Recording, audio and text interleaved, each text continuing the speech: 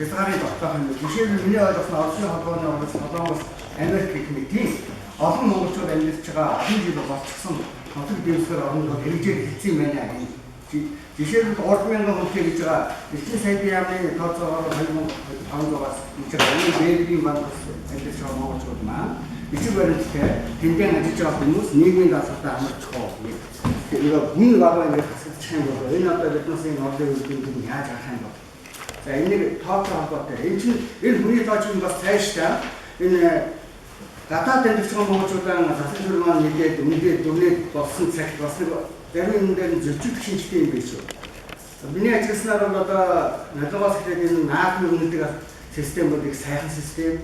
Гэвч олон хүнтэй наадам бас нэг арай өөр өнгөтэй болж байна. Цөөхөн хүнтэй наадам нэг арай өөр өнгөтэй болж байна. Наадам гэдэг өнгөнүүд нэг юм аа. Энийг бас нэг болооч тийм ээ. За дохой. За дараа нь бас бичиг баримттай за бэлт жишээлбэл бичиг баримттай ингээ ажиллаж байгаа хүмүүс маань энэ банк санхүүгийн системд яаж үйлдвэрлэж холбогдох вэ? Жишээлбэл тэндээс зарим хүмүүс маань зээл аваад орон байранд орж болж байна л да. Гэвч эх орондоо орон байранд ордог нөгөө хэдэн хувийн хүүтэй зээлчүүлээ тийм. Энэ хэрхэн яаж хамрагдаж болох юм бэ? Ер нь гадаад байгаа хүмүүс маань яг ажиллаж байгаа хүмүүс жишээ. За тэгэхээр бичиг баримтгүй амьдраад 10-аас дээш жил болсон. Жишээ энэ хүмүүс юуны төлөө амьдраад байна гэвэл нэгэнт амьдрч байсан их нутгаа тийм ээ ахан дүүсээ хамт олноо бидний хамт олноо бохоо үйлдэл одоо ямар нэгэн байдлаар орхоод явчихсан. Тэр нь очоод өөр хөвгнөөс тарьж байгаа төрөний хэдэг хэмжээний ингээс сурч байна. Тэгэхээр 12 жилийн хөвчтөн систем тийм гадаад орно тийм ээ.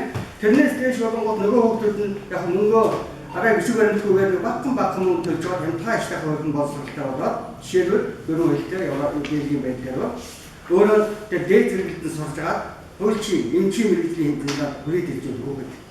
Тэнгүүд дээд сургуульд нь орох гэхээр хэлтийн бичиг баримт байна. Одоо энэ хүний бид нар тэнд нь орох.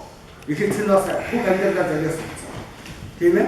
Тэгэхээр энэ Монгол улс маань тухайн улс орнтой цагаатчийн системийн хүчингүүд гэдэг нь нэг хорвоо яадаг. Өөр юуж байна. Нэг 10 жил болсон ганцхан юм цаастай үргэлж явдаг юм. Тийм ээ. Тэгээ зөв юугаараа сандраад гараад ирэх баригдсан юм бас. Уцаа гараад ирэхээр хүүхд наваа.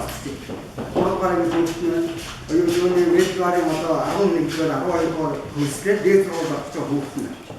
Хэл гэж мундаг байна. Их соёлын мэдээлэл болсон юм байна. Ямар ч зөрчилгүй байна гэрээ. Тийм ээ.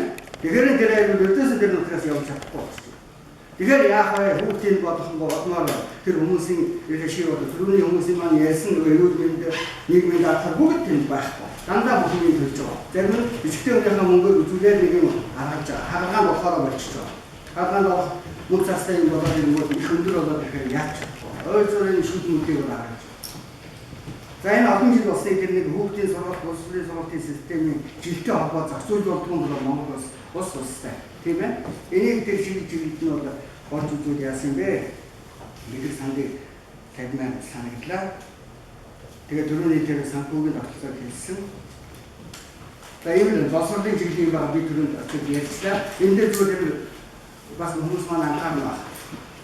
Гадаадын орнуудад зохион байгуулагч сайн дуртай сургуулиуд байна. Шинээр эхлэж байгаа сургуулиуд байна. Сая ч бас ярьж байна. Энэний тэр боловсролын сурах бичиг бол одоо янз бүрийн зүйлээр хийх байх шүү дээ. Тэр нь одоо гадаад байгаа монголчууд маань туссан боловсролын сурах бичиг гаргаж байгаа гэж энэ маш зөв. Тэрнээс гадна Монгол хүн байж Монгол хүн бид нар энэ ганц зорилго нь гадаадын сургуулийн зорилгоо бий болж байгаа. Монгол хүмүүний алдагдах бүхэн судал тэр хүмүүсийг хэлээрэн зөв ярьдаг. Төв соёлын зөв ойлгодог байх хэрэгтэй байна. Тэгэхээр Монгол хүний нэг бий их боддог суур хүмүүст судар ухаан гэдэг нь агуу юм бий. Хотод өссөн хүний суур хүмүүжил өөр. Малчны бит өссөн хүний бас өөр. Тэгээд Монгол бол яг тэргээр малчнаараа явж байж Монгол гэж танигддаг. Тэгэхээр таван өшөөнөө мэдвэж тэгээд ардын утгаар гэсэн малчны гэдэг аргаа мэддэг байж тэрийг Монголыг ойлгоо. Тийм учраас сургууль шинээр бас нэг юм бодох юм байна. Тэгээд ардын тоглоом ардын бүх юмыг оруулж их амархаа өгдөг сурах байна. Тийм ээ. Баярлалаа.